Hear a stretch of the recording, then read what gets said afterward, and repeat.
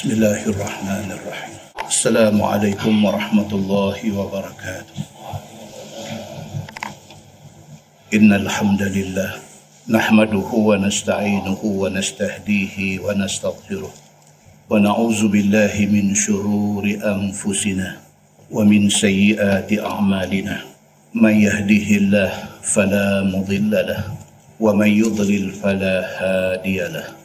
أشهد أن لا إله إلا الله وحده لا شريك له وأشهد أن محمدا عبده ورسوله صلوات الله وسلامه وعلى آله وصحبه أجمعين.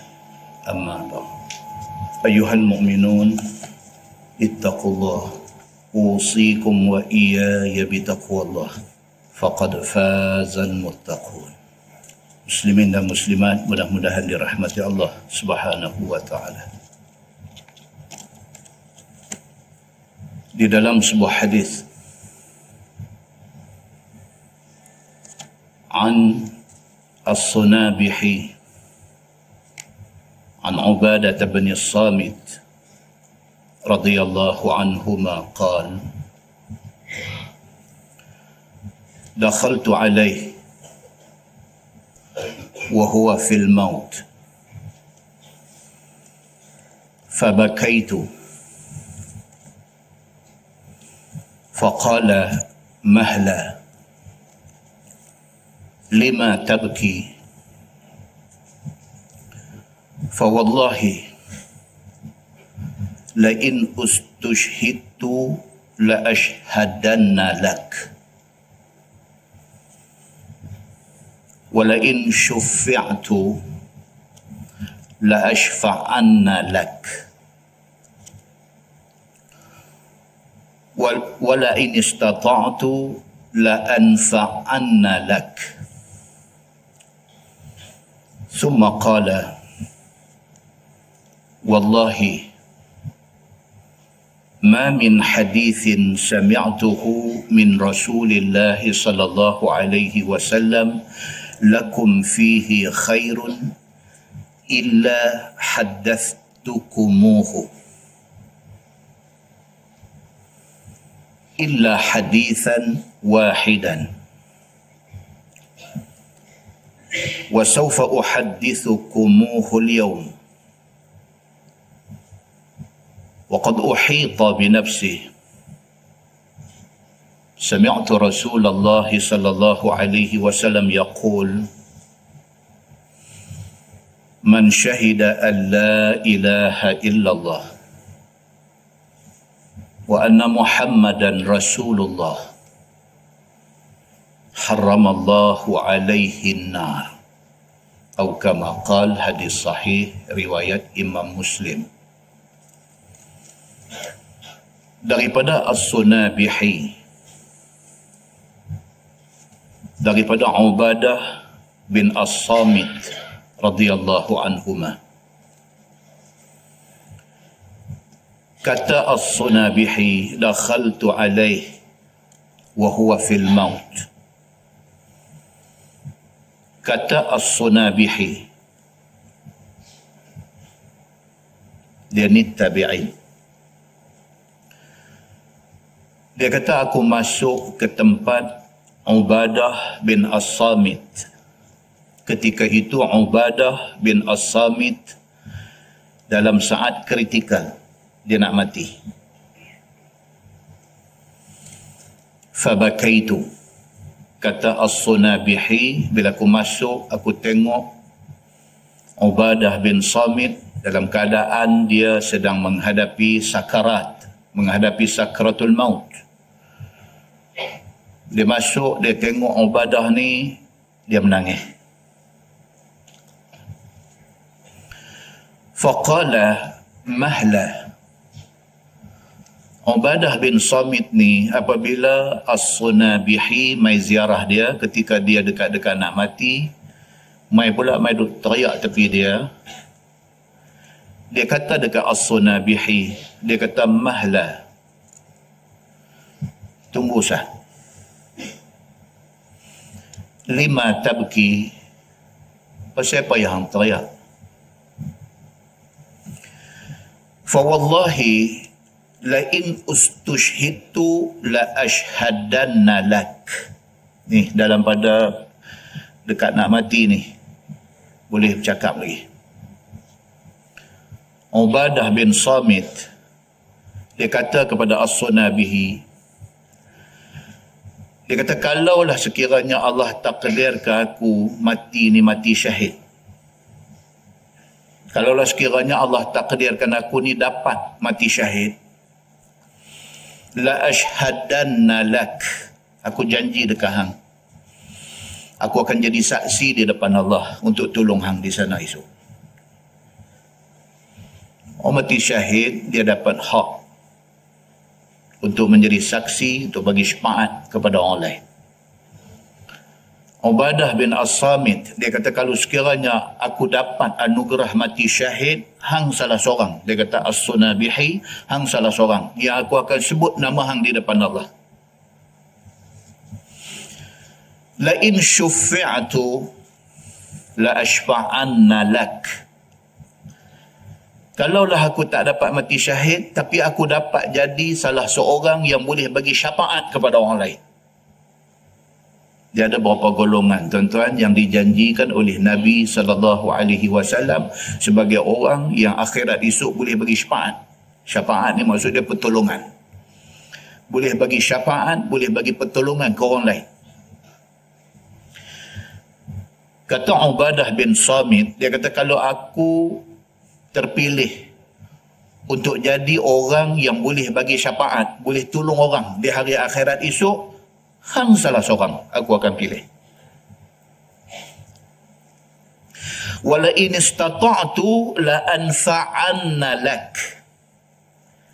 Dia kata As-Sunabihi, kalau sekiranya Allah Subhanahu wa taala bagi dekat aku kemampuan, Allah bagi aku jadi orang ada duit, Allah bagi jadi aku ni orang kaya, Allah bagi dekat aku ni ada kederat, boleh tolong orang, la anfa'anna lak, aku pasti akan bagi manfaat tu dekat hang. Kalau Allah bagi dekat aku duit, aku akan guna duit tu untuk bagi manfaat dekat hang. Kalau Allah bagi dekat aku tenaga, aku akan tolong hang dengan tenaga aku. Summa qala, kemudian kata Ubadah bin Samit ni, dia kata, wallahi ma min hadithin sami'tuhu min Rasulillah sallallahu alaihi wasallam lakum fihi khair illa haddathtukumuhu.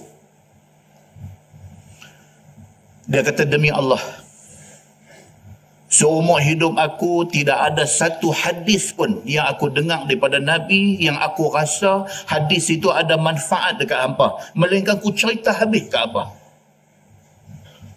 Kena abang kat kita kata, yang kata sahabat Nabi ni jenis manusia yang tidak sorok ilmu.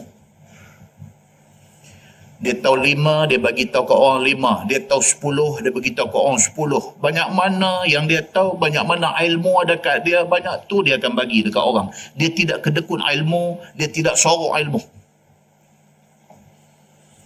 Dia kata, demi Allah, dia kata, selama hidup aku, daripada aku kenal Islam sampai aku hari ni, mana-mana hadis yang aku dengar daripada mulut Nabi sallallahu alaihi wasallam yang aku rasa benda tu bagus, benda tu ada manfaat, aku cerita habis dekat hangpa, aku tak simpan.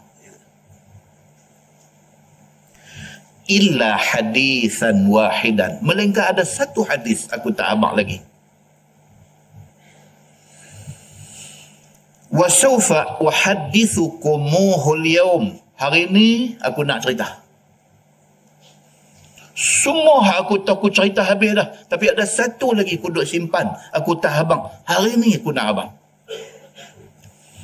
Wa qad uhitu bi nafsi, dan sesungguhnya aku boleh rasa dah ni. Hari ni hari aku dah. Aku dekat dah dengan tarikh mati aku. Sami'tu Rasulullah sallallahu alaihi wasallam yaqul, dia kata, aku ada dengar Nabi sallallahu alaihi wasallam bersabda. Nabi kata, man syahida an la ilaha illallah wa anna Muhammadan Rasulullah. Aku ada dengar Nabi sallallahu alaihi wasallam bersabda. Nabi kata, barang siapa yang mengucap la ilaha illallah, Muhammadur Rasulullah haramallahu alaihi nar. Allah haramkan ke atas dia neraka kekal di dalamnya. Maksudnya siapa yang masih hidup di atas dunia, dia ada mengucap la ilaha illallah Muhammadur Rasulullah, dia ada jadi orang Islam, dan sampai hari mati dia tidak batalkan kalimah itu. Dia mati sebagai orang Islam. Walau banyak mana dosa yang dia buat, dia masuk neraka, dia ada harapan masuk syurga. Dengan syarat apa? Dengan syarat dia pernah mengucap la ilaha illallah Muhammadur Rasulullah. Ucapan itu lesen besar yang menunjuk kata dia orang Islam. Dengan syarat sampai mati dia tidak pernah murtad. Walaupun dia seorang hamba Allah yang asi, yang banyak buat maksiat, tapi dia orang Islam. Dia mati sebagai orang Islam. Kalau dia mati, dia masuk neraka, satu hari dia akan ke syurga. Hadis itu hadis sahih, riwayat Imam Muslim. Pasal apa yang Ubadah bin As-Samit tak habang hadis ni? Pasal dia takut orang yang dengar salah faham. Dia duk ingat kata dia dah mengucap la ilaha illallah Muhammadur Rasulullah, dia take for granted Islam yang ada kat dia. Dia ambil mudah Islam yang ada kat dia. Pasal dia kata aku kok mana pun tak apa dah, esok aku ada tempat dalam syurga. Dia takut nak abang hadis ni. Dia takut orang salah faham bila dia abang. Tapi menjelang kewafatan dia, menjelang dia nak mati, dia tak boleh. Dia rasa guilty. Dia rasa dia bersalah. Dia rasa dia berdosa dengan Tuhan. Kalau ada satu benda yang dia tak habang dekat kawan-kawan dia. Muslimin dan muslimat yang dirahmati Allah sekalian, demikian mahainya kalimah la ilaha illallah Muhammadur Rasulullah. Jangan rosakkan kalimah itu. Muslimin dan muslimat yang dirahmati Allah sekalian. Ubadah bin As-Samit. Siapa dia ni? Dia satu sahabat Nabi. Asal orang Madinah. Dia orang Ansar, orang Madinah daripada suku Khazraj. Kan Ansar asal-asal daripada dua puak. Satu Aus, satu Khazraj. Bila Nabi hijrah, Nabi sampai di Madinah, nombor satu Nabi buat. Nabi kata mula pada hari ini tidak ada Aus, tidak ada Khazraj. Yang ada ialah Ansar. Pasal apa? Selagi dia ni duk buka kancing baju, duk kata dia Aus. Selagi dia ni duk buka kancing baju, duk kata dia Khazraj. Selagi itu dah duk jadi perang saudara di antara Aus dan Khazraj. Nabi tak mahu benda macam ni. Nabi kata tak mahu ni duk cerita kata aku Aus hang Khazraj sampai nak jadi bergaduh, sampai nak jadi perang di antara suku kaum. Nabi tak mahu. Nabi kata enough is enough. Sudahlah duk bergaduh berkelahi ni. Nabi kata tidak ada Aus, tidak ada Khazraj. Yang ada ialah orang Madinah ini dipanggil Ansar. Tapi Ubadah bin As-Samit, dia Ansar daripada suku Khazraj. Satu komander tentera hebat. Ni yang kata Ubadah bin As-Samit ini, dia komander tentera yang hebat. Ketua tentera yang hebat. Masa zaman pemerintahan Sayyidina Abu Bakar As-Siddiq dan juga Sayyidina Umar bin Al-Khattab radhiyallahu an. Zaman itu zaman kehebatan dan zaman kegemilangan Ubadah bin As-Samit. Dia di antara 12 orang. Orang Yathrib, orang Madinah yang awal-awal masuk Islam. 12 orang. Dia salah seorang dalam 12 orang itu. Kalau kita baca hadis cerita tentang Ubadah bin As-Samit ini, dia terkenal sebagai satu orang handsome. Ubadah bin As-Samit ini satu orang handsome, kulit hitam manis. Isteri dia nama Ummu Haram. Dua beradik dengan Ummu Sulaim, mak kepada Anas bin Malik. Maknanya dia mak penekan kepada Anas bin Malik. Nabi sangat merap dekat dia, dekat isteri kepada Ubadah bin Samit yang kata Ummu Haram ini, seperti mana Nabi sangat merap kepada Ummu Sulaim. Nabi sayang ni depan ni dua-dua. Kita dah baca hadis macam mana Nabi SAW selalu piduk qailulah, piduk tidur sebelum zuhur di rumah Ummu Sulaim. Rumah Ummu Haram, rumah Ubadah bin Samit dekat Masjid Quba. Pun serupa, kalau Nabi pergi Masjid Quba, Nabi akan transit rumah dia. Dalam pada Nabi SAW duk pergi rumah dia, rumah Ubadah bin Samit, rumah Ummu Haram ini, pernah sekali Nabi terlena, bila Nabi jaga, Nabi senyum. Ummu Haram kata dekat Nabi, "Ya Rasulullah, Tuan senyum pasal apa?" Dia kata, "Aku dapat khabar gembira untuk kamu." Kamu, dia kata dekat Ummu Haram, isteri Ubadah bin Samit ini, dia kata, "Kamu akan mati syahid." Nabi kata. Ternyata apa yang dibagitahu oleh Nabi SAW menjadi kenyataan. Ummu Haram, isteri kepada Ubadah bin As-Samit, mati syahid ketika ikut perang dalam peperangan naik kapal laut. Perempuan, tuan-tuan. Dan sejarah mencatatkan isteri Ubadah bin As-Samit yang nama Ummu Haram ini, perang Badar dia ikut, perang Uhud dia ikut. Satu perempuan yang tidak mau ketinggalan untuk ikut serta di dalam jihad bersama dengan Nabi SAW. Muslimin dan muslimat yang dirahmati Allah sekalian. Ubadah bin As-Samit pernah dihantar oleh Sayyidina Umar bin Al-Khattab radhiyallahu an untuk nak menakluk Mesir, Egypt.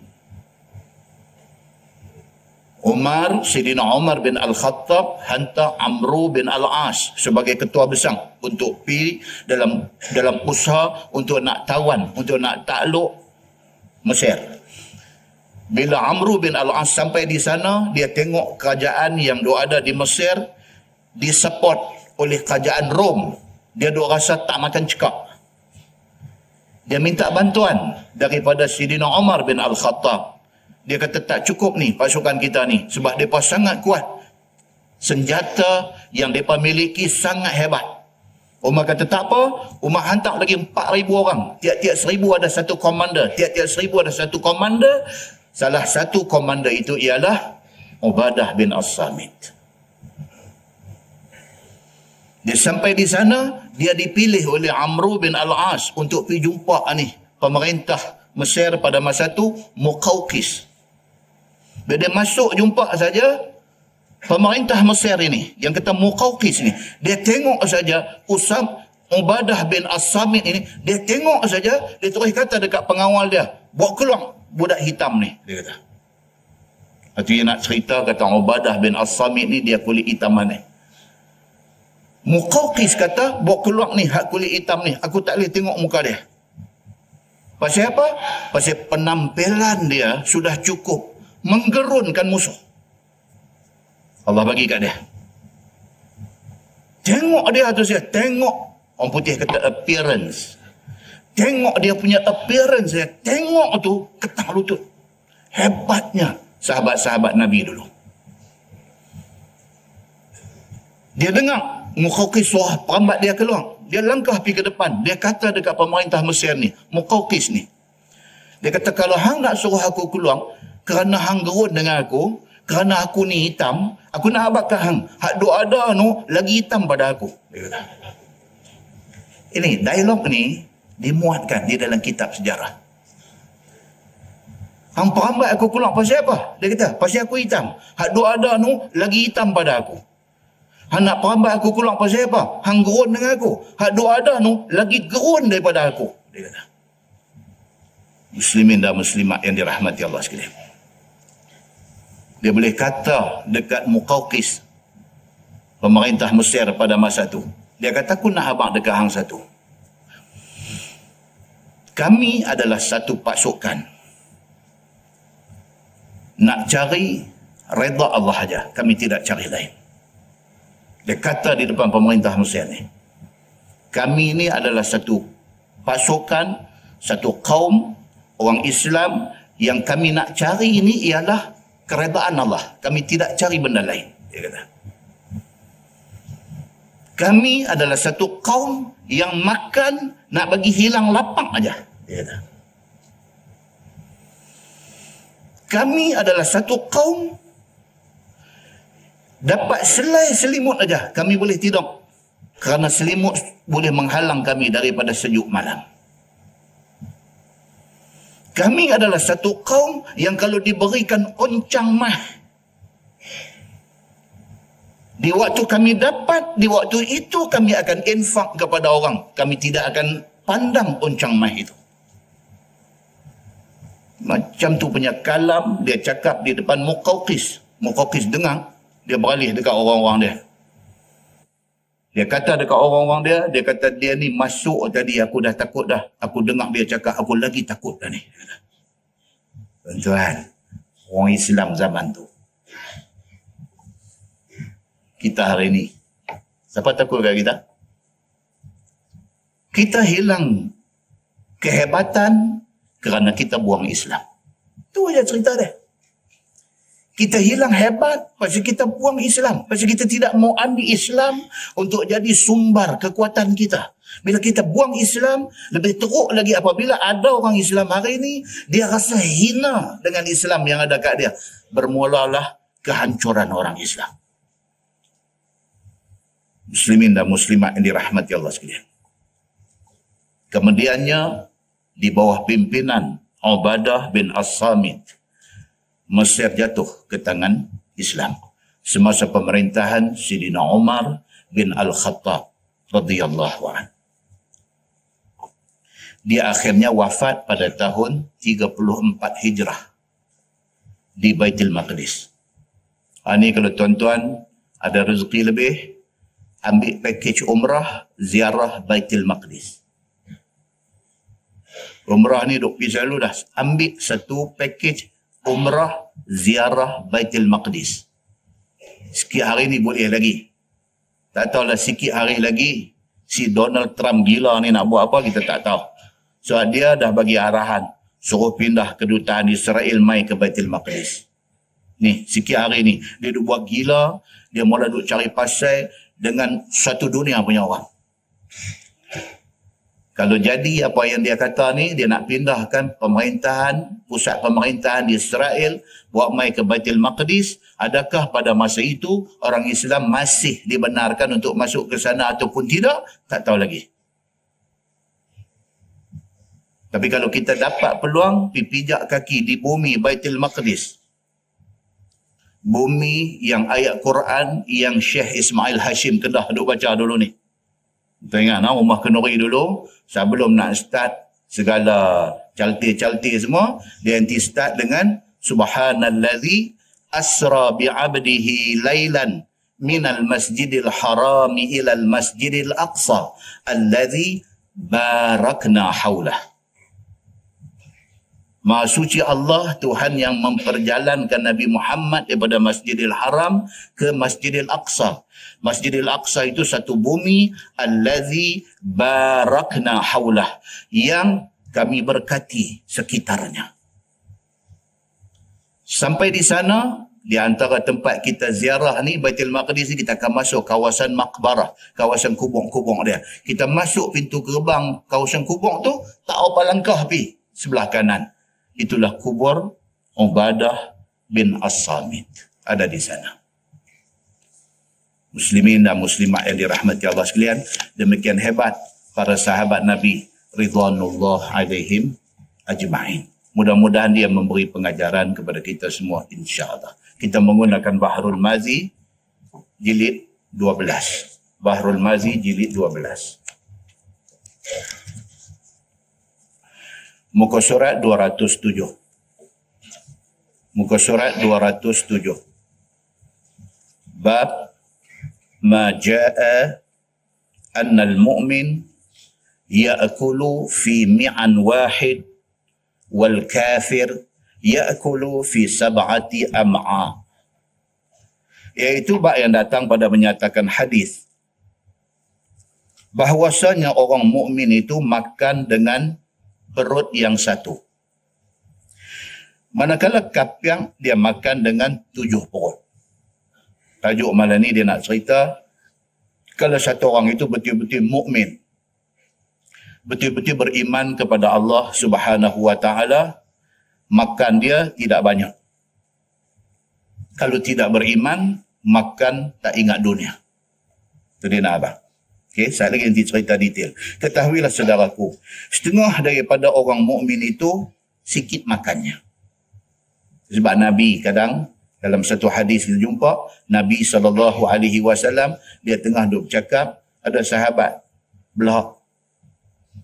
Kan Nabi tengah duduk bercakap dalam kuliah Nabi, satu sahabat belahak. Nabi kata kat dia apa? Kuffa anka jusa'ak. Nabi kata jaga belahak hang tu. Tak boleh nampak kita ni kenyang sangat. Kalau angin tu tak payahlah. Duk main lagu tu. Dia ni kenyang ke apa? Belahak ni tak bagus. Tahan. Bila nak belahak tu tahan. Bagi bunyi pelan-pelan ya. Alhamdulillah. Lagu tu aja. Malam ni dia nak bagi tahu kat kita. Dia kata dan setengah mukmin itu dia kata banyak makannya. Tapi ada juga orang Islam beriman kepada Allah selera jenuh. Badan tak besar pun. Badan halus ya. Tapi makan ya Allah. Nasi, telur mata, toyo, kicap. 3 pinggan. Masya Allah. Badan tak naik. Badan tu kecil ya. Tapi tengok lagu habis pinggan, main sepinggan, habis pinggan, main sepinggan macam tu. Ada juga. Ada juga badan duk naik. Makan sikit dia. Tapi badan duk naik. Punya susah hati. Dia kata saya makan kontrol. Dia kata saya makan tengah hari ya. Malam saya tak makan nasi. Boleh tahan kan kata tak makan nasi malam? Alhamdulillah. Habis tu makan apa? Roti telur 3 ya. Tak makan nasi. Tapi roti telur 3. Kuah banjir. Dia kata. Oh memanglah. Nampak? Baik. So dia kata maka yang sedikit makan itu dipuji oleh syarah. Dia nak abang tu. Siapa yang makan kontrol? Agama kata bagus. Kerana maksud makan itu ialah buat seseorang itu kuat pada ibadah. Itu sebenar tujuan makan ni apa dia? Nak bagi kita ada tenaga. Dengan tenaga itu kita boleh beribadah. Itu tujuan betul dia. Ada siapa yang ikut tujuan tu? Kita sedang belajar. Betul-betul dia kata apa? Betul-betul makan bagi orang Islam ni, makan nak bagi ada kederat, nak bagi ada tenaga. Bila ada tenaga, beribadah. Bukannya maksud makan itu disuruh menurut nafsu. Dia kata. Tuan ingat balik mukadimah Tasaniyah. Ubadah bin As-Samit. Dia kata apa di depan Muqawqis? Pemerintah Mesir, dia kata apa? Dia kata kami satu kaum yang makan setakat nak bagi hilang lapang. Dia kata. Dia abang, di depan pemerintah Mesir. Ni kami ni adalah satu kaum yang bukan kaki makan. Kami makan nak bagi tak lapang aja.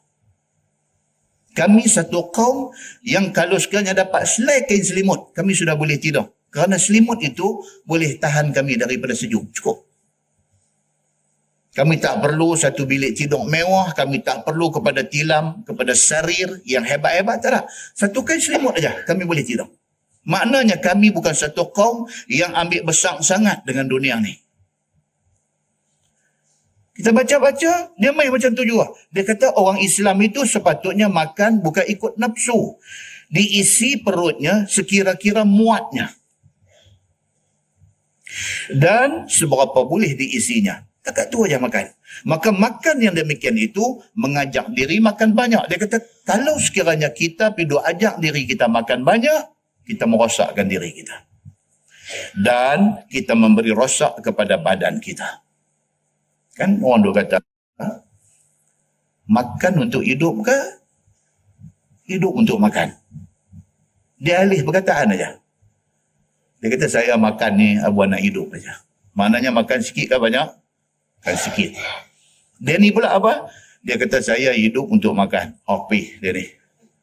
Saya hidup ni untuk makan. Abang lah tahu mana sedap sampai. Dan kita pun kalau sekali-sekala nak pergi makan di mana-mana, mau tanya dia. Pasal apa? Pasal dia pakar rojok makan. Kata ni, nak tanya hang ni, makan sedap tahu mana? Dia tanya balik, hang nak makan apa? Tu nampak tu kepakaran dia tu. Hang nak makan apa?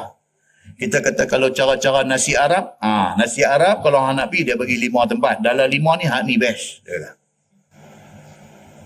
Kalau kita kata kalau hak jenis-jenis tom yum, kalau tom yum ada 10 tempat, tapi dalam 10 ni tang ni best. Kalau jenis char kway teow dia ada 5 tempat. Dalam 5 ni tang ni best. Tanya apa pun, janji bak makan, dia tahu. Jangan tanya dia, masjid apa Alok Merah malam ni siapa mengajar? Oh, dia tahu aku tak ada nak tanya dia. Dia tak tahu tu. Pasal apa? Pasal minat dia tu. Dia datang. Tanya hak mana yang dia minat. Hak dia tak minat, jangan tanya. Dia tak tahu. Satu ustaz punya terkenai di Kedah, jumpa dia panggil abang lah. Dia tak kenal. Satu ustaz terkenai di Kedah, jumpa orang lain ni semua tuan syekh. Jumpa dia abang. Dia kata, hang panggil abang hantu tu siapa? Siapa dia? Hantu tu syekh. Oh tu ke? Allah. Dia marah aku bah dia. Dia tak kenal orang. Tapi kalau jumpa toki kedai, dia kata ni. Dia ni kedai dia yang kudu abang kan. Hampa roti canai sedap kedai ni. Muslimin dan muslimat yang dirahmati Allah sekalian. Dia nak cerita kat kita apa? Satu orang yang celek mata fikir makan, sampai nak pejam mata tidur fikir makan. Yang ni agama tak suka. Baik. Kerana makan itu apabila lebih daripada patut, nescaya korang mencerna dia. Dia kata makan ni kalau terlampau sangat lebih, sistem digest dalam badan kita, sistem penghadaman dalam badan kita tak ada nak hadam. Baru kena nasi Arab, sate masuk pula dah. Ya Allah. Mesin dalammu tak ada. Nak digest sate ni sikit masa kan nak kena duk rolling dia. Murtabak pula masuk. Dia kata orang yang macam ni, sistem mencerna, sistem digest dia teruk buat kerja. Dan memenatkan pekakai hadamnya. Penat ni. Perut dalam ni penat. Azab perut ni kata, awaklah aku ditakdirkan jadi perut dia ni. Teruk buat kerja. Dengan kerana itu, orang yang mukmin yang sikit makan dipuji oleh syarak dan dipelihara ia daripada beberapa penyakit. Orang yang makan kurang ni tak banyak penyakit dia. Berbanding dengan orang yang makan macam-macam benda, risiko untuk kena macam-macam penyakit tinggi. Dan yang makan banyak kerana menurut kesedapan nafsu itu dicela oleh syarak.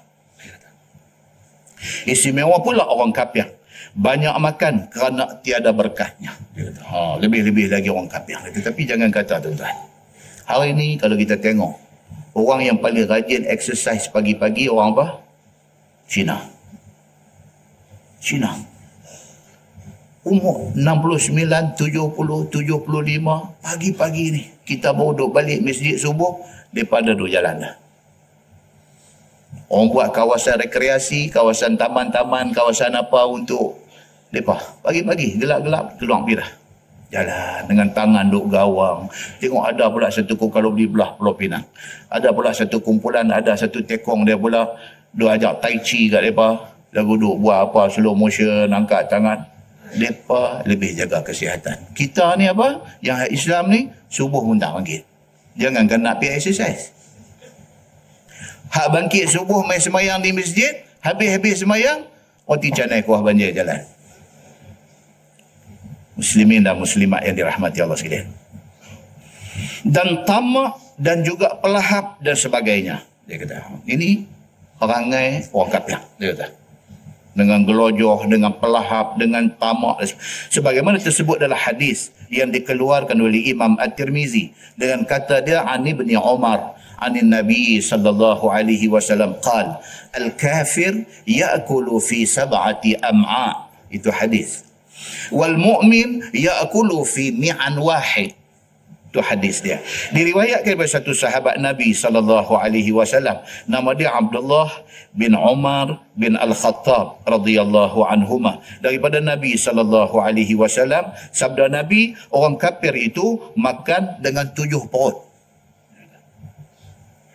Dan orang mukmin itu makan dengan perut yang satu. Nabi kata begitu.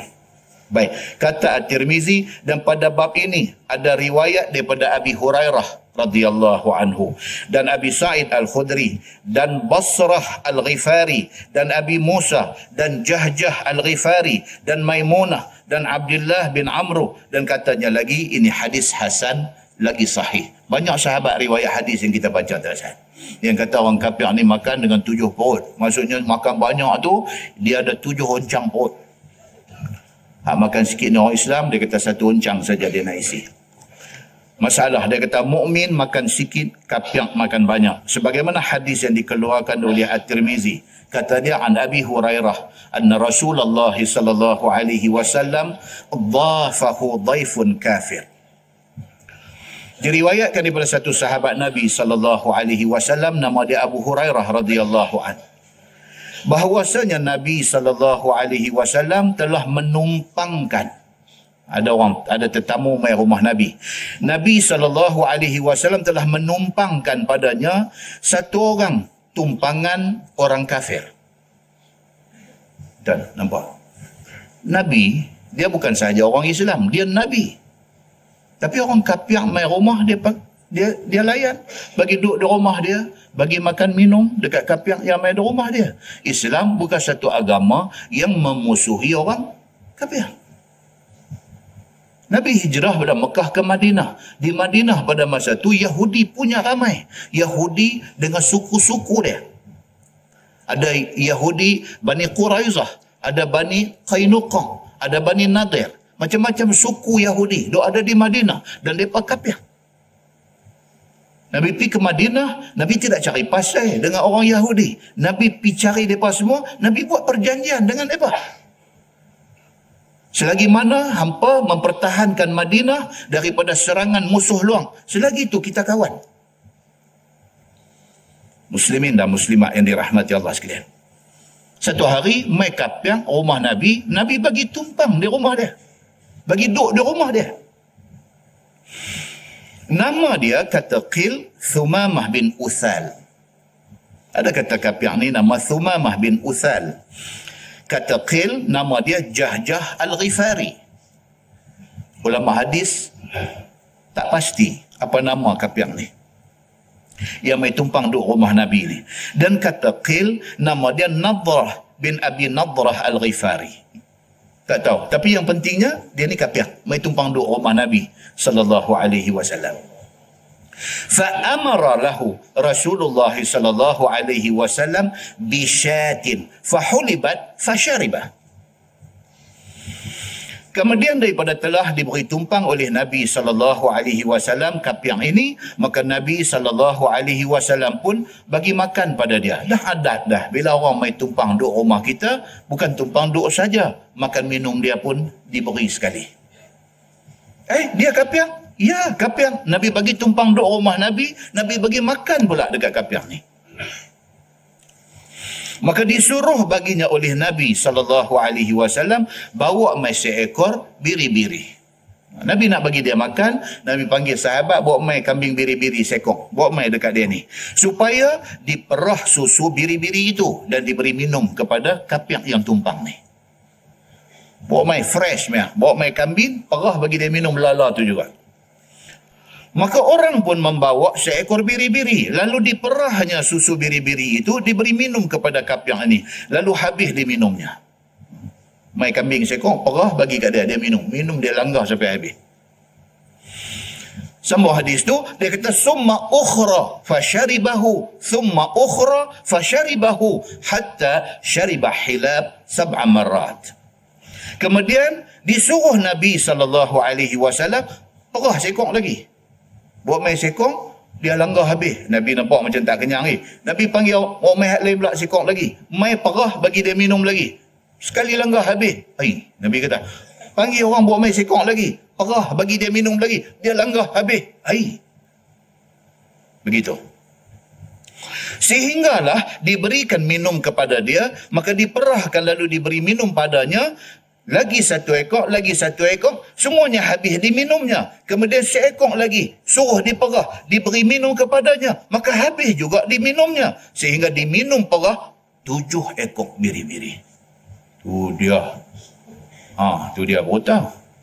Panggil dia main duduk di rumah, macam tu punya makan. Perah seekor, minum tak cukup, seekor tak cukup. 7 ekor bagi dia minum. Habis semua masuk perutnya, dia kata. Selesai. Begitu. Sambung hadis tu, summa asbaha minal ghad fa aslam. Masya Allah. Fa amara lahu Rasulullah sallallahu alaihi wasallam bi syah fa hulibat fa syariba hilabaha. Kata hadis tu, kemudian laki-laki kapiak yang tumpang tadi ni, keesokan harinya bangkit-bangkit tidur, masuk Islam. Allahu akbar. Itu sebab dia kata dakwah yang paling berkesan. Dakwah bilhal, dia kata. Dakwah ni ada dua. Satu dia kata dakwah bil lisan, cakap. Mai satu orang duk cakap pasal Islam. Cakap pasal Islam itu dakwah bil lisan. Satu lagi dia panggil dakwah bil hal, keadaan. Dia tengok orang Islam tu, dia rasa nak masuk Islam. Hak ni susah. Pasal hak duk ada hari ni, orang tak mau ke Islam pasal tengok orang Islam. Kamu percaya tak hari ni, orang bukan Islam, dia jadi tak tertarik langsung dengan Islam ni. Pasal apa? Pasal dia meluat tengok orang Islam. Hak duk ada dalam Malaysia ni, orang bukan Islam pun serupa. Dia tengok orang bukan Islam ni, dia kata nasib baik aku tengok dia orang Islam. Pasal apa tuan-tuan? Pasal kita gagal menampilkan satu Islam yang boleh memikat hati mereka. Kita gagal. Di mana kegagalan kita? Kita tunjuk dekat mereka champion bergaduh orang Islam. Mereka boleh bersatu. Orang Cina tuan-tuan. Mereka Dewan Perniagaan mereka ada final say. Cina. Mereka yang power, yang boleh bagi satu arahan yang semua orang dengar, bukan orang politik. Cina yang power, yang bila bagi arahan dengar ni, Dewan Perniagaan. Mereka ada Dewan Perniagaan Pulau Pinang, mereka ada Dewan Perniagaan Malaysia, mereka ada Dewan Perniagaan. Dewan Perniagaan mereka akan buat satu keputusan, turun mai sampai ke bawah ni, sampai kawan duk goreng kuih tiaw tepi jalan ni, dapat arahan daripada atas, ikut. Mereka punya solidariti, mereka punya perpaduan, mereka punya kesatuan cukup strong. Kita tak boleh. Kita mufti sama mufti bergaduh. Terus saya kata lah, ustaz ada pulang kampung ramai-ramai termasuk saya ni. Mufti yang satu negeri ada seorang pun, mufti negeri A dengan mufti negeri B bergaduh. Satu isu yang boleh berbeza pendapat. Jadi tak boleh. Itu pendapat. Boleh berbeza. Kalau dia ni kata A, dia ni kata B. Dua-dua pun tak salah. Macam mana Imam Syafi'i kata macam ni, Imam Ahmad bin Hanbal kata macam ni. Imam Syafi'i pun betul. Imam Ahmad bin Hanbal pun betul. Tak ada siapa salah. Dua-dua ni mujtahid dan mereka berijtihad. Tidak sepatutnya orang yang ikut Syafi'i kata Hanbali salah. Tidak sepatutnya orang yang ikut Hanbali kata Syafi'i salah. Tak sepatutnya jadi macam tu. Dan orang yang duk habaq perbezaan ni, dia habaq saja. Dia jangan memaksa orang ikut apa dia habaq. Keadaan jadi kerosot apabila paksa. Kita habaq saja. Dalam bab ni, Imam Syafi'i kata macam ni. Tapi Imam Hanbali kata macam ni. Orang yang dengar pun, okey, open. Tak ada masalah. Saya nak ikut apa Imam Syafi'i kata. Masya Allah, tafadhal. Muslimin dan muslimat yang dirahmati Allah sekalian. Benda hak tak patut berkelahi, dia jadi berkelahi. Pasal apa? Pasal orang Melayu suka berkelahi. Macam mana mereka yang bukan Islam nak tertarik dengan Islam? Kalau Islam yang ditampilkan oleh orang Melayu adalah Islam berkelahi. Mereka tengok orang Melayu champion. Pusat serenti penuh. Kita berbangga dengan ramainya kita di sana. Macam mana mereka nak berasa kagum dengan Islam kalau sekiranya haduk ramai dalam pusat serenti itu orang Islam? Kadang-kadang mereka punya fikir. Akhirnya dia buat satu kesimpulan. Dia kata mesti ada something wrong dengan ajaran Islam. Itu sebab orang Islam ramai pergi buat benda ni. Muslimin dan muslimat yang dirahmati Allah sekalian, jauh berbeza dengan yang ditunjuk oleh Nabi SAW. Nabi tak payah cakap banyak. Keadaan Nabi itu menjadi dakwah kepada mereka. Satu orang kafir mai nak tumpang tidur rumah Nabi, boleh. Oh, kalau kita ke mai satu kafir mai kata haji tumpang tidur boleh ke? Oh, dah sorry. Tu bas stand tu orang pergi tidur tu. Muslimin dan muslimat yang dirahmati Allah sekalian. Oleh kerana macam tu punya layanan Nabi dekat dia. Sudahlah bagi tidur, bagi minum. Sudahlah bagi minum, 7 ekor kambing mai susun. Duk bagi perah sekor bagi. Bagi dia sampai dia tak nak minum dah. Nabi bagi dia minum. Malam tu nak tidur, sidai tangan atas kepala duk fikir, aku satu orang bukan Islam. Aku satu orang kafir. Macam ni Muhammad layan aku. Fikir tak kesudah dia. Lambat cerah aja. Pergi jumpa Nabi. Ya Muhammad, aslimni ya Muhammad. Cantik. Muslimin dan muslimat yang dirahmati Allah sekalian. Keesokan paginya apa jadi? Kemudian jadilah laki-laki yang tumpang tidung, yang kafir itu pada keesokan harinya masuk Islam dia kata. Maka disuruh baginya oleh Nabi SAW dengan seekor biri-biri. Dan masuk Islam macam biasa. Semalam makan malam 7 ekor susu, 7 ekor kambing. Ni hak pagi pula ramai sekong dulu. Maka diperah susunya dan diberi minum kepada dia. Maka orang itu pun perah dan minum. Maka diminum ia akan perahan itu sampai habis. Dia minum sekali habis. Summa amara lahu bi ukhra falam yastatimmaha. Kemudian Nabi kata ramai sekong lagi. Pasal apa? Pasal semalam 7. Ni baru sekong. Nabi kata ramai sekong lagi. Dia ni kurang-kurang pagi ni kalau tak 7 pun kurang-kurang 4 ekor kot. Ramai yang kedua. Bila disuruh oleh Nabi SAW perah biri-biri yang kedua, maka tiada dihabiskannya. Hak kedua dia minum sikit, dia tak boleh, dia tak kenyang. Masya Allah, semalam hang bantai 7, hari ni 1. Hak kedua pun tak mau minum dah. Begitu. Apabila dilihat oleh Nabi SAW yang demikian, maka sabda Nabi SAW, faqala Rasulullah SAW, al-mu'min yashrabu fi mi'an wahid, wal kafir yashrabu fi sab'ati am'a. Itulah yang Nabi kata. Maka sabda Nabi SAW, bermula mukmin itu minum dengan perut yang satu. Nabi kata. Dan kafir minum dengan 7 perut. Nabi kata.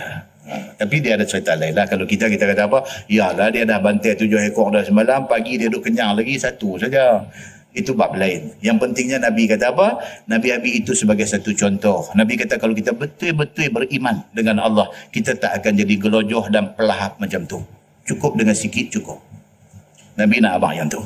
Kata Tirmizi, bermula ini hadis Hasan lagi sahih, lagi gharib. Masalah mukmin makan sikit itu apa maknanya? Ni dia nak perincikan maksud hadis itu. Kata Imam Nawawi rahimahullahu taala dalam syarah Muslim, kata qil, dikehendaki dengan mukmin makan satu perut itu, yakni berjimat ia pada makannya. Orang beriman ni dia jimat, dia cermat. Jadi padan dengan makan sikit. Begitu. Dan kata qil, maksud makan satu perut itu iaitu mukmin makan dengan ucap bismillah. Ada satu pendapat kata orang mukmin ni dia nak makan dia bismillah. maka sudahlah tidak makan syaitan sertanya. Ini satu pendapat. Orang Islam kalau nak makan, bismillah. Jadi bila dia bismillah, syaitan tak boleh share makanan dia. Jadi makanan tu dia makan seorang. Berbeza dengan hak makan tak bismillah. Syaitan share sama. Tu yang sampai 7 tu. Pendapat. Ada yang kata macam tu. Maka jadilah ia makan mengisi perutnya sendiri sahaja. Kalau dia bismillah, bersalahan kapiang, iaitu makan tidak ucap bismillah, maka sudahlah dia makan bersama dengan syaitan. Tu yang banyak. Dia, syaitan setengah. Dan macam orang kata orang belah hantu raya. Kan? Macam orang kata orang belah hantu raya ni. Bukan dia saja makan. Hak dia duk belah tu pun makan sama. Orang kata. Tak tahu betul tak betul. Dan jadilah ia makan mengisi perutnya dan juga mengisi perut syaitan. Itu sebab nampak makan banyak. Dia tak bismillah, syaitan mai share sama. Begitu. Dan kata ahlut tashrij. Ahlut tashrij ni apa tuan-tuan? Perkataan Arab syarija. Syarija ni tu apa? Ujung usus perut tu dia panggil syarija. Usus perut kita kan dia melengkang-lengkang. Dia pergi sampai ke bawah tu. Dia panggil rectum. Rectum tu. Tempat nak buat pelepasan najis tu dia panggil rectum. Orang boleh kena kanser di macam-macam tempat dalam perut ni. Dia boleh kena kanser usus. Kanser kolon dia panggil. Dia boleh kena kanser ujung usus dekat tempat nak pelepasan najis tu. Di situ dia panggil rectum. Dia kena kanser rectum. Sahabat saya semua belajar di Kolej Islam dulu. Masya Allah budak bagus tuan-tuan. Bukan saja bagus akhlak, dia juga seorang yang successful engineer. Dia engineer. Dia belajar di US, di United States, di Amerika, balik mai dia buka firma engineering dia sendiri. Very successful. Dan dah touch millionaire dah dia ni. Allah test dia. Isteri kena kanser. 6 tahun baru mati. Doktor pakar kata kalau siapa kena kanser, dia boleh bertahan selama 5 tahun. Dia ni masuk dalam kumpulan orang-orang yang survivor. Orang-orang yang selamat dah. Isteri dia melepasi 5 tahun. Tahun ke-6 mati. Muda lagi. Umur 40-an masa tu. Anak-anak dia dah ramai lagi. Dia ambil alih lah jaga anak. Lepas 2 bulan kot isteri dia mati. Bila dia berak, menitik darah. Apa ni? Mula-mula buat tak tahu. Tengok duk jadi lagi. Duk menitik darah merah ni. Tap jatuh. Abang kawan-kawan kata hampir cek.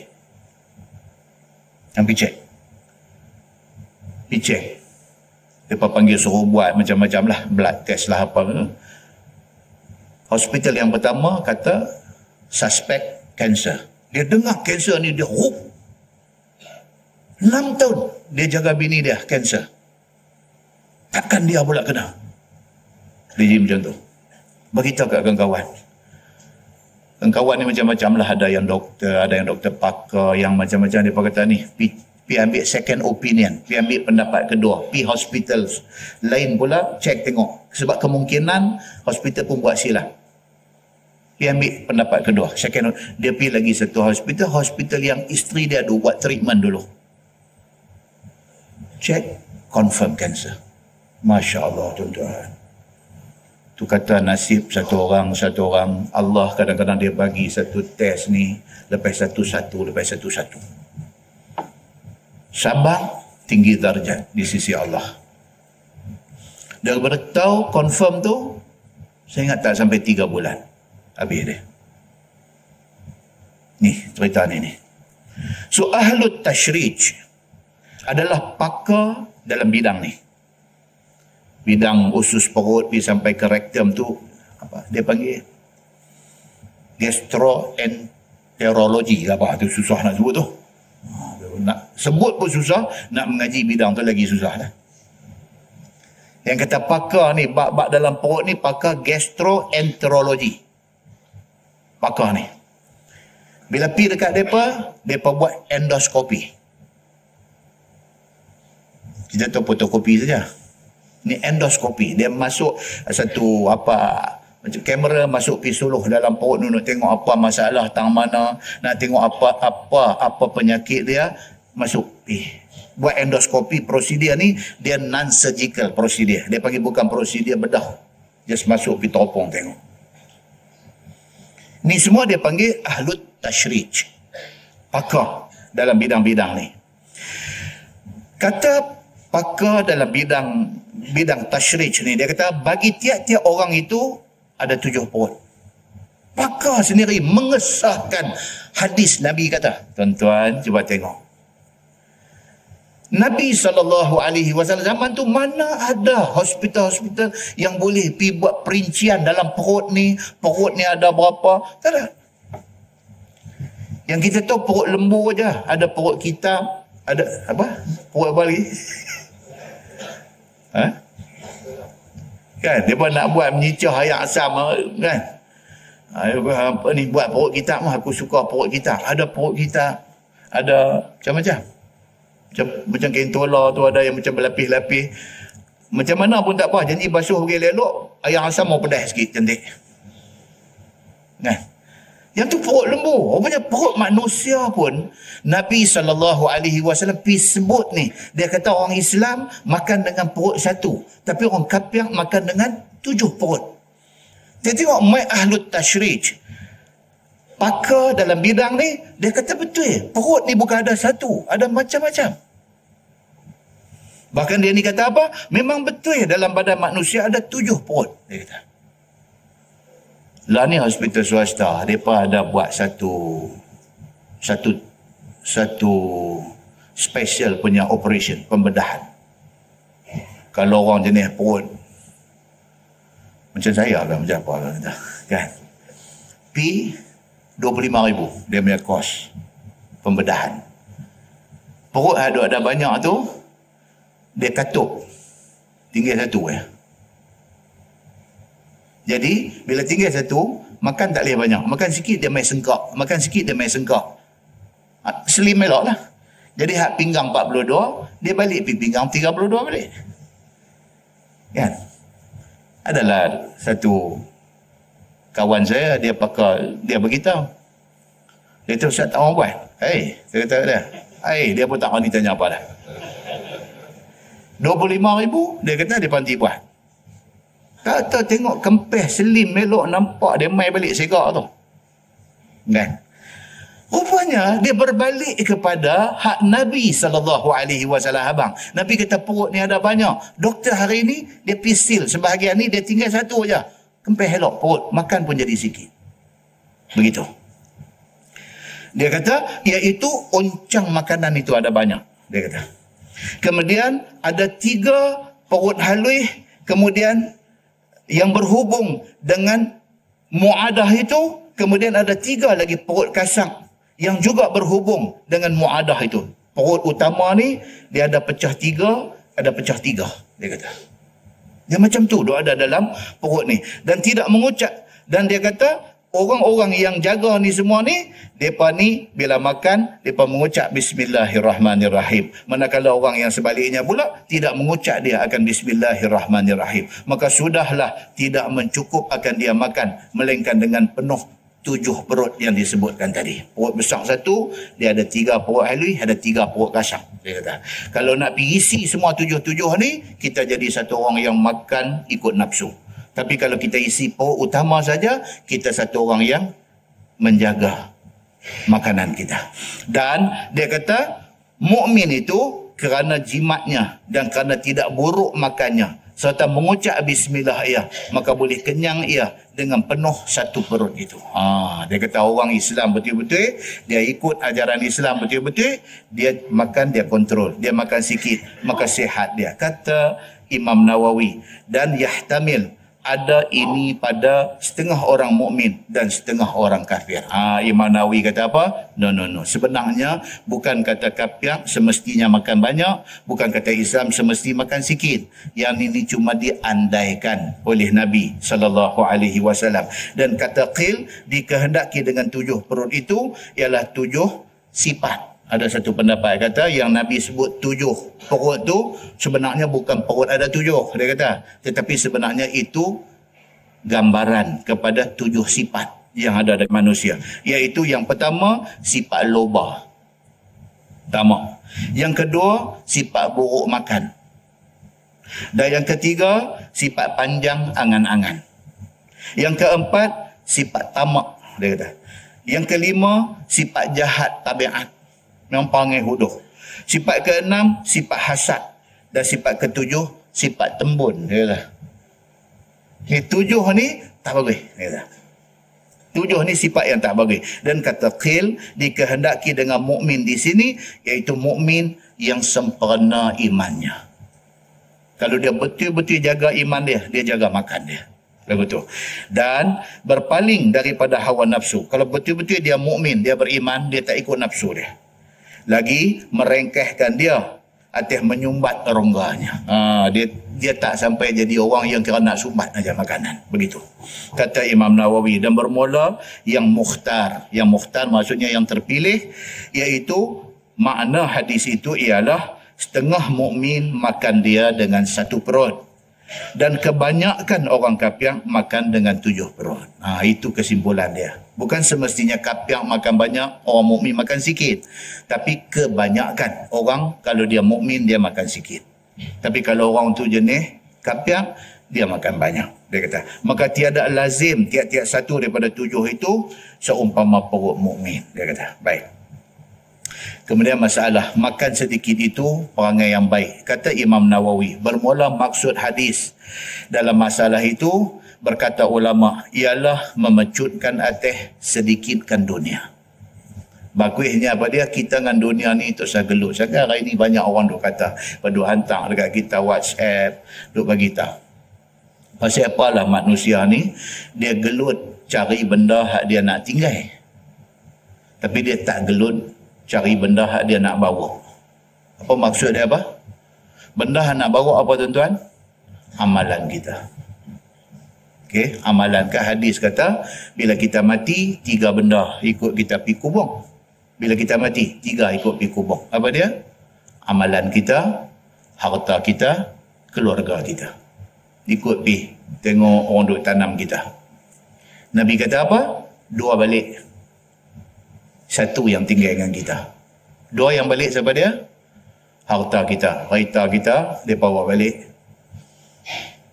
Anak-anak kita tadi biji mata bengkak macam biji kabu, balik juga. Hak tinggal dengan kita dalam lubang gelap ni siapa dia? Amalan kita. Maksudnya hak kita nak bawa ni amalan. Hak tu kita tak gelut. Hak kita nak tinggal ni apa dia? Inilah harta benda hak kita kerja, cari, tunggin terbalik, tipu orang. Kita macam-macam ni. Punya susah payah cari, tinggal. Di mana cerdik manusia? Kalau sekiranya manusia bersikap macam tu. Hak nak duduk dengan dia tu dia tak gelut. Hak dia nak tinggal tu dia gelut. Di manalah cerdik manusia itu? Muslimin dan muslimat yang dirahmati Allah sekalian.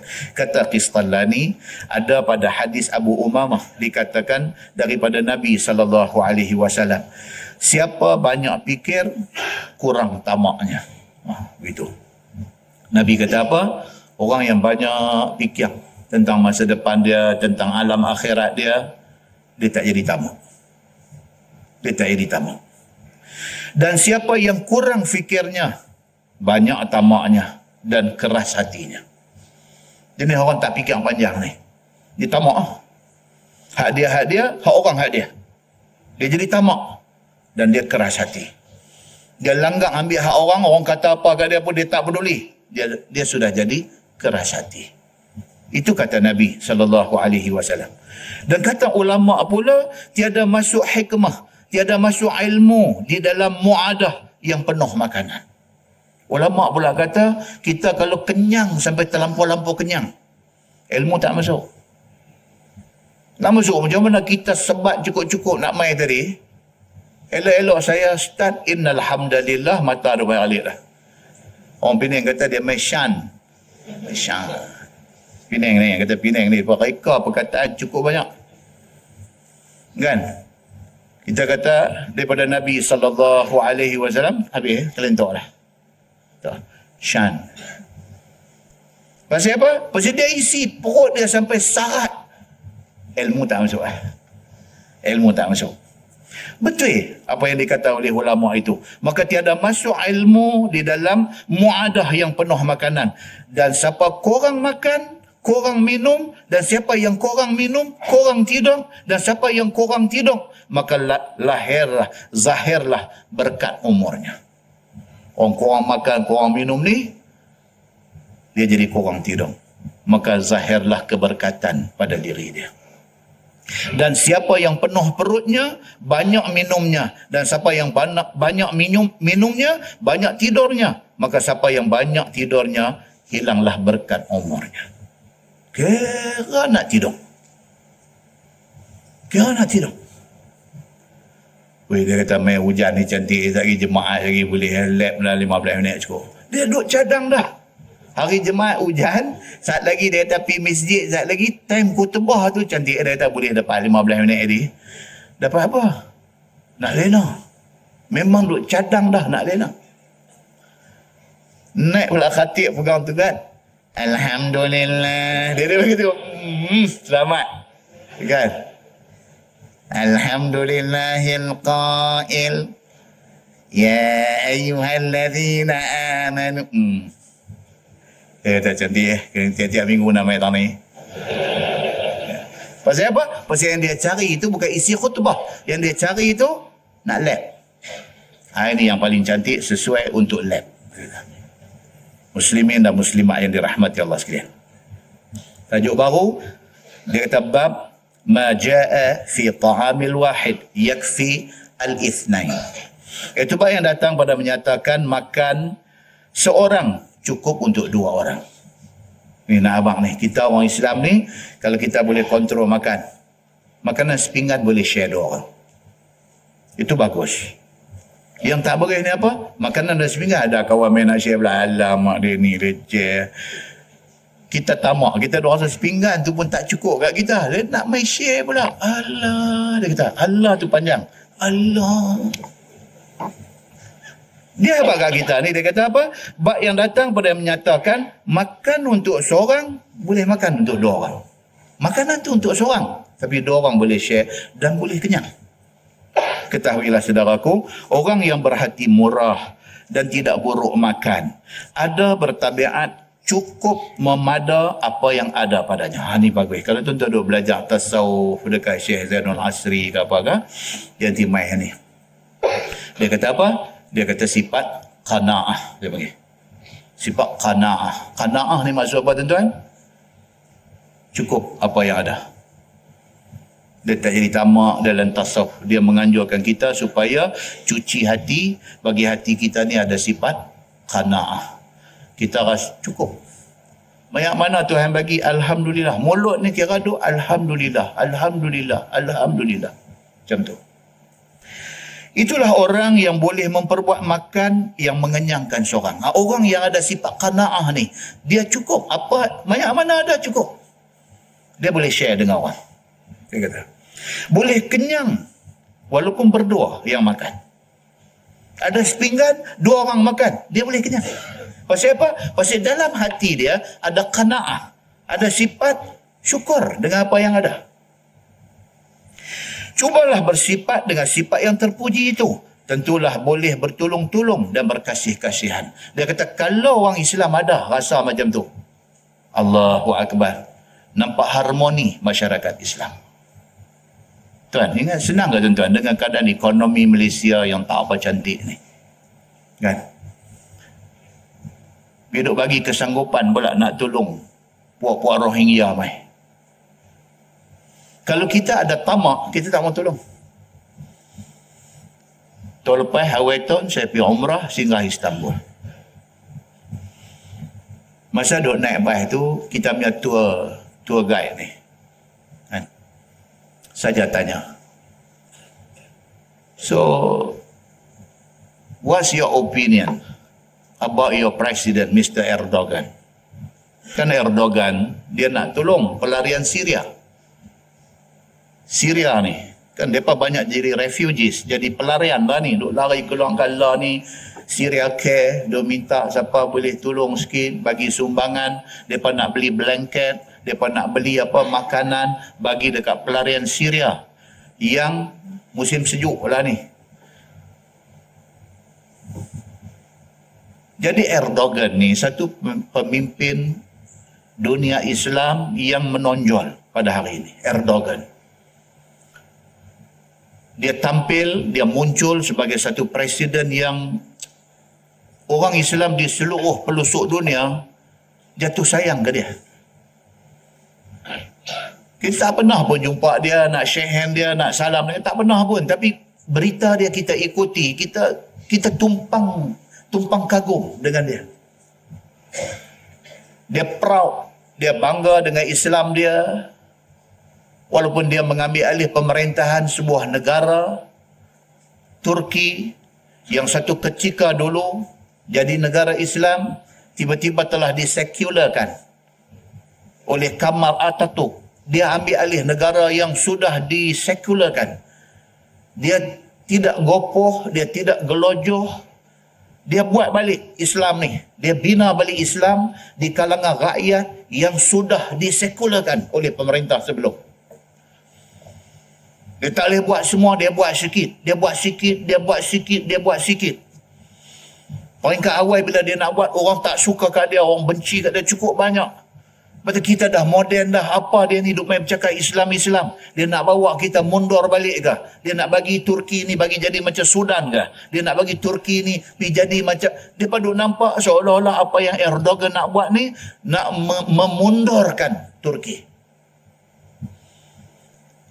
Tak guna pergi duk lawan bercakap. Dia tak cakap banyak. Apa kata, dia buat. Dia susun kerja dia. Dia bagi cantik. Tengok, sedang tak sedang. Dalam masa berapa bulan, dalam masa berapa tahun, Turki tampil sebagai sebuah negara yang cukup maju dari segi infrastruktur dan cukup maju dari segi ekonomi. Dia tak banyak slogan dalam negeri dia. Tak banyak slogan-slogan Islam, tak banyak. Dia buat kerja. Dia develop Turki ni. Sehingga akhirnya rakyat ni, bila dia tengok duk jadi satu yang selama ni, mereka tak pernah mimpi benda ni mereka nak dapat di negara mereka, tiba-tiba dapat, mereka dah mula suka kat dia. Tapi tuan-tuan, selama-lamanya dalam dunia ni, kita tidak akan dapat satu keadaan di mana semua orang suka dengan kita. Tak akan dapat. Manusia sebaik Nabi Muhammad sallallahu alaihi wasallam, ada orang tak suka dia, tak suka sampai nak bunuh dia. Kalau manusia sebaik Nabi Muhammad, ada orang tak suka kat dia, siapa Erdogan? Nak bagi semua orang suka kat dia. Tapi dia tak peduli benda ni semua. Kalau nak pergi layan ni semua, cakap-cakap tepi jalan ni, dia tak boleh buat kerja. Hampa nak kata apa, hampa kata. Hampa betul tak apa, hampa tak betul, hampa jawab depan Tuhan. Aku buat kerja aku. Balik cerita teh baik tadi tak habis. Kita tanya tour guide dia ni. Kita kata ni apa hang punya pandangan terhadap Mr. President nampak, Mr. Erdogan ni. Jadi satu perempuan. Tak pakai tudung pula. Bila dia kata, you are asking me about politics. Dia kata, hang tanya pasal politik kah? Kata, it's up to you. You nak jawab. Kata, mau jawab, it's up to you. Tak ada masalah. Oh, dia kata, lagu buat tengok pun cermin luar. Apa semua. Baru dia jawab. Dia jawab, kita tahulah. Dia tak sukalah Erdogan. Kita tanya dia, pasal apa yang you tak suka kat dia? Dia kata, pasal Erdogan ni, dia kata, kalau dalam bahasa kita buta pot. Dia kata, tahu tak? Dia kata, ekonomi kami ni bukan elok sangat lagi. Dia kata, yang dia sibuk nak pergi ambil orang Syria. Mai bagi duduk di atas bumi Turki. Lepas tu bagi pula allocate. Peruntukkan pula satu jumlah duit untuk nak bela orang-orang Syria pelarian ni. Dia kata, you tahu tak? Dia tanya kita balik. You tahu tak? Saya kata, mana nak tahu hantar abang lagi. Dia kata, tahu dah, dia kata, dulu kami ayam sekong berapa ringgit, dia kata.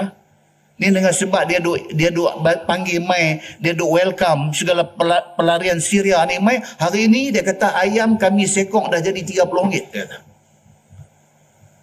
Kerana dia nak tolong Syria ni, kami ni, rakyat ni jadi susah, dia kata. Nampak tuan? Ni, kita duk baca ni. Kita duk baca ni. Manusia, apabila dia isi hati dia dengan tamak, dia tak mau share dengan orang.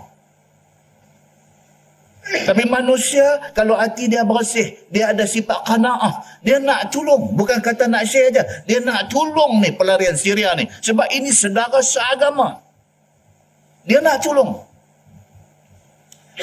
Ni yang kitab ni nak abang. Kalau kita duk baca dalam ni saja, kita tak bawa tuan-tuan pergi sampai ke Istanbul, tuan-tuan tak nampak apa yang Nabi nak abang ni. Kita tidak boleh tamak. Kena ada kesediaan untuk share. Satu makanan yang sepatutnya makan seorang, tapi kalau satu orang manusia itu berhati besar, dia boleh share makanan yang patut makan seorang itu dengan 2 orang makan. Ini pengajaran yang tersirat di sebalik hadis yang kita nak baca ni. Muslimin dan muslimat yang dirahmati Allah sekalian. Dia kata apabila dinampakkan taulan datang, maka sudah ada hadir padamu. Janganlah kata makanan yang kamu hadirkan itu sedikit. Sekiranya kamu hadirkan barang yang dirimu seorang, tetaplah hatimu cukup berdoa. Itu dia. Kita ada makanan sepinggan aja. Alah, dia ni main nak share makan. Alamak, makan tak kenyang hari ni. Hati tak elok. Kalau hati elok, dia kata banyak ni, mai kita pakai makan. Itu orang hati elok, dia kata. Dan jikalau engkau hadirkan bagi berdoa, bolehlah engkau makan untuk bertiga. Orang yang hati elok ni, kalau makanan tu untuk 2 orang, boleh makan untuk 3 orang. Demikianlah ke atasnya juga. Oleh itu, siapa yang hadir padamu, jemputlah di dalam makanmu bersama denganmu. Dia kata. Syekh Idris Al-Marbawi. Dia kata apa?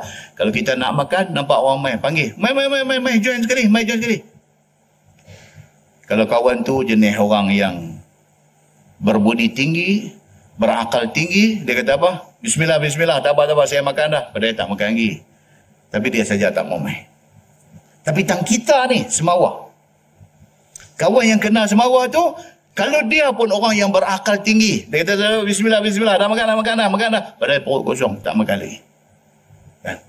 Kalau dia ni bersungguh, dia bangkit pergi, dia pegang tangan heret mai. Makan juga, tak mau makan juga semulut. Amboi budi bahasa tinggi sungguh. Kau ni pun kata, Allah, terima kasih dia balas lebih pada kita. Kan, dia macam tu.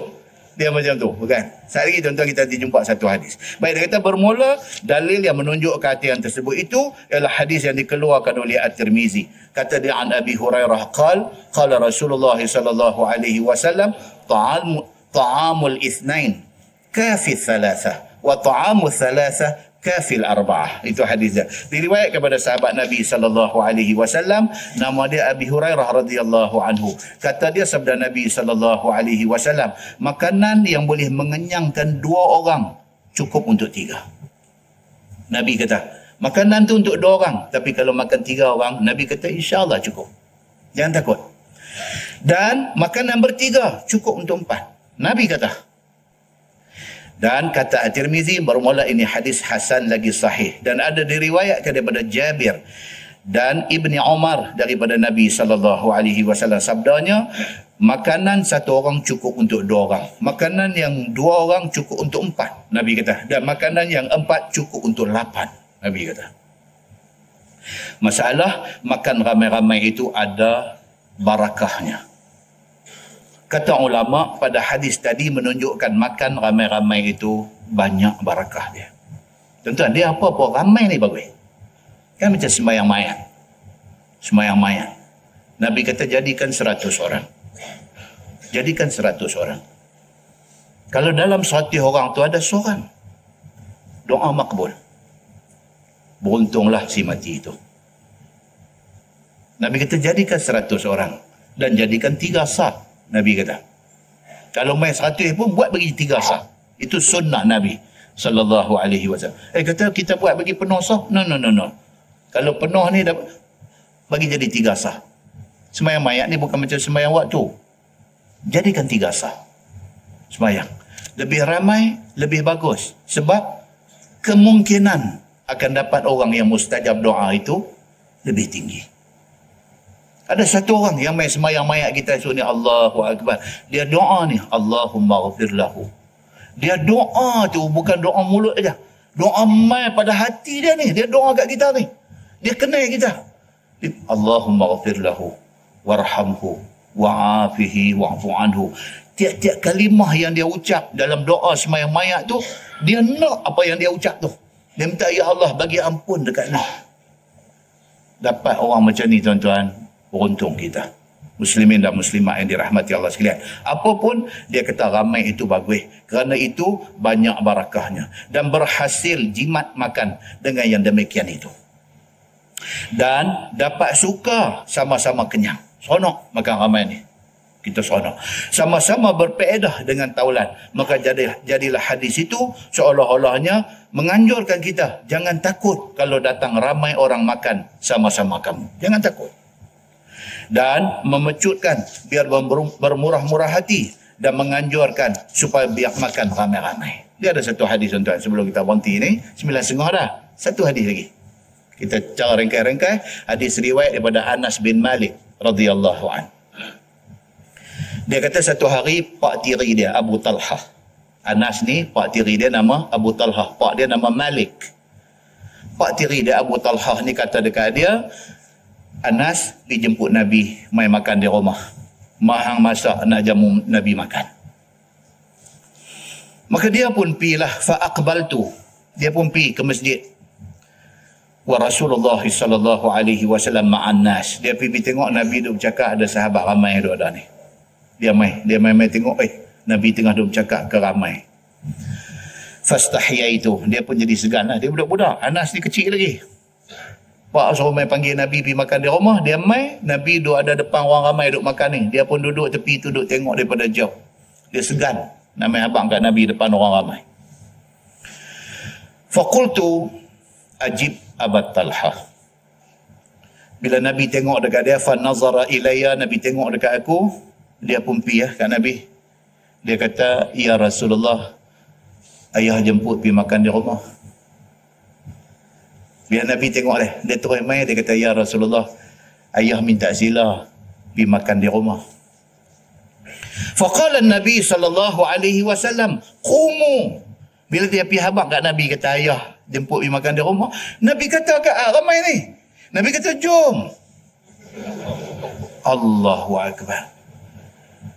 Nabi ni. Nanti malam esok insya-Allah kita baca di Masjid Abdullah Fahim cerita tentang Ahlus Suffah. Ahlus Suffah. Sekumpulan sahabat Nabi yang tak ada apa kerja, pergi ke Masjid Nabawi, duduk di tepi masjid tu, nak belajar daripada Nabi. Kalau ajak berjihad, mereka duduk depan. Mereka ni ratus orang duduk dah. Geng ni ya, Nabi kata kat mereka, ada kenuri, jom. Wah ni pula memang tak ada makan. Jom, Alhamdulillah. Faqala Abu Talhah, pakai pergi meneru di rumah Abu Talhah. Abu Talhah tengok-tengok tu dia main berapa bah ni. Aku masak habuan Nabi seorang aja. Masak habuan Nabi. Awak dia pakai main ramai ni. Dia pun pergi bisik dekat Nabi. Dia kata, ya Rasulullah, innama sana'tu laka syai'a. Abu Talhah kata, ya Rasulullah, saya masak sikit habuan tuan ya. Ya abang kat Nabi pelan-pelan. Awak angkat geng. Kan? Awak angkat geng. Ni buat masak sikit aja. Habuan tuan aja. Kata. Qala Anas. Anas kata. Dia duduk tepi. Dia duduk tengok ni drama apa nak jadi. Mampu dapat aku. Dia kata. Dia budak-budak. Anas kata, famassaha Rasulullah sallallahu alaihi wasallam wa da'a fiha bil barakah. Nabi senyum ya bila Abu Talhah susah hati lah, rumah dia orang ramai. Makanan tak ada. Nabi senyum. Nabi kata, mana makanannya? Dia buat Nabi masuk pergi tengok makanan. Anas duduk nak tengok. Anas kata apa? Famassaha Rasulullah. Nabi tepuh makanan dengan tangannya. Makanan tu, hak sikit tu, hak abuan Nabi seorang tu. Nabi tepuh dengan tangan dia. Wada'a fiha bil barakah. Nabi doa supaya makanan itu diberi barakah oleh Allah. Summa qala adkhil nafaran min ashabi 10. Lepas dah Nabi pegang makanan, Nabi doa, Nabi kata okey, masuk 10-10. Masuk mai 10 orang dulu, Halin tunggu di luar. Masuk mai 10 dulu, bila masuk bagi makan, bubuh. Nabi kata apa? Kulu, makan. Nabi kata makan. Wa akhraja lahum syai'an min baini asabi'ih. Sahabat duk makan ni, dan Anas bin Malik yang daripada tadi ni duk tengok ni, dia kata aku nampak Nabi duk cedok makan. Nabi cedok. Duk bubuh dekat 10 orang masuk ni. Aku nampak keluar makanan daripada celah-celah asabi' Nabi. Celah-celah jari Nabi ni. Duk keluar makanan. Anas budak-budak ni, dia tengok, dia nampak benda tu. Fa'akalu. Anas kata, puak masuk 10 ni, wudu betul-betul. Hatta syabi'u. Kenyang mereka. Makan kenyang. Fakharaju. Habis kenyang, pergi keluar. Faqala Nabi sallallahu alaihi wasallam, adkhil 10. Nabi kata mai lagi 10 masuk. Macam tu juga Nabi cedok bubuh.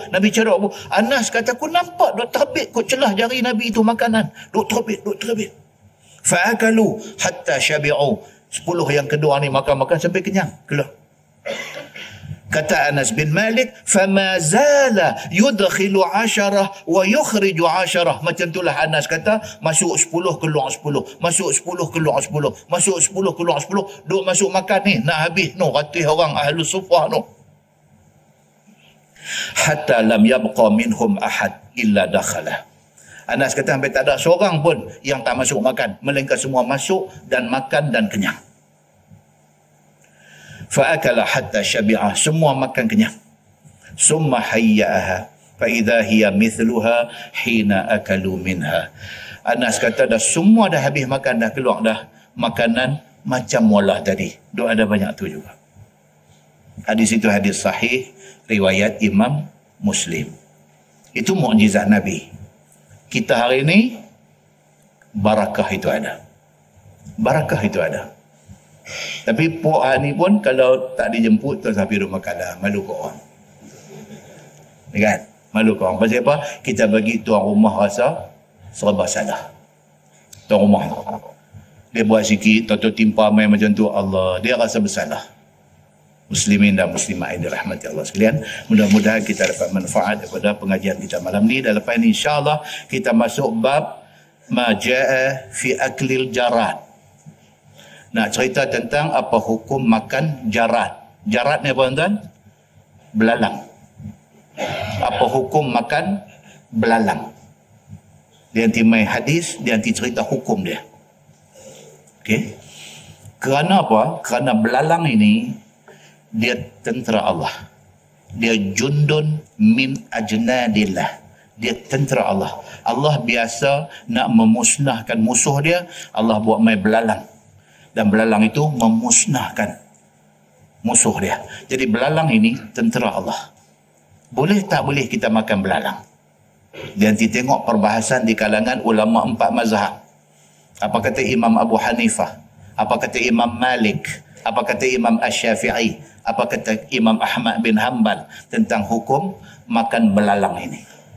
Dan dia akan main perbincangan belalang ni betul-betul dia makanan darat ke makanan laut? Hadis nanti beritahu. Betul-betul belalang ni dia benda darat ke benda laut? Kan macam ikan boleh kata ni ikan darat ke ikan laut kan? Belalang pun ada, belalang ni dia betul-betul darat ke laut? Nanti main lagi betul. Dan tengok daripada hantar WhatsApp baru ni apa burung di satu tempat di US, di Amerika kan. Lepas sajalah bila main Donald Trump ni mereka nak kait macam-macam lah. Tak ke burung tu memang hari-hari duk terbang apa tak tahulah. Tapi bila main Donald Trump duk buat macam-macam hal ni, mereka ambil gambar burung tu keluar dalam satu bandar di Amerika, keluar berkawan-kawan burung ni sampai gelap. Dan dia jadi macam tu, macam kita tengok kelawar petang-petang ni. Lepas tu mula mereka hantar WhatsApp mereka kita. Mereka kata apa? Adakah ini petanda malapetaka akan kena Amerika? Pasal apa? Pasal Trump ni punya pasal. Orang kita ni dengan WhatsApp ni memang jadi penyakit betul. Kan? Kita dapat tengok itu padam wang. Tapi ada hantar kat orang lain. Pasal orang kita ni dapat dan hantar kat orang lain. Supaya dia bukan seorang tahu. Biar kalau boleh satu ustaz semua tahu. Baik, lagi satu tuan-tuan, insya-Allah bulan depan pihak Astro Oasis depa nak mai buat rakaman kuliah kita. Kan? Semalam saya pesan di masjid Simpang 4 Pematang Buluh, pakai bedak elok-elok. Kok mana dah tahu kamera suluh mai kat kita ke apa ke buat pegang dagu serius. Senang nak masuk TV ni. Kan? Astro Oasis insya-Allah kalau tak ada arai apa depa saja nak mai satu projek mereka yang bukan selalu pun saja mereka nak mai, mereka nak ambil gambar kuliah-kuliah pengajian di kampung-kampung. Okay, tapi kalau ustaz ni bukan kampung lah, tapi Ustaz Sabri ni ustaz kampung, jadi dia nak mai ambil saja, dia nak tunjuk kepada rakyat Malaysia kata sebenarnya di kampung-kampung pun orang mau pada agama. So, kadang-kadang orang dah buat cerita, dia kata orang bandang lah ni yang mau ke agama, orang kampung. No. Nak tunjuk kata orang kampung pun mau pada agama. Jadi bulan depan mai bagi awal sikit, berebut duduk depan ni. Kan? Mudah-mudahan usaha baik yang dibuat oleh pihak-pihak ni semua membawa kebaikan kepada masyarakat semua. Kita tangguh dengan tasbih kafarah dan suratul As. Subhanakallah. Asyhadu an la ilaha illa anta astaghfiruka. Bismillahirrahmanirrahim.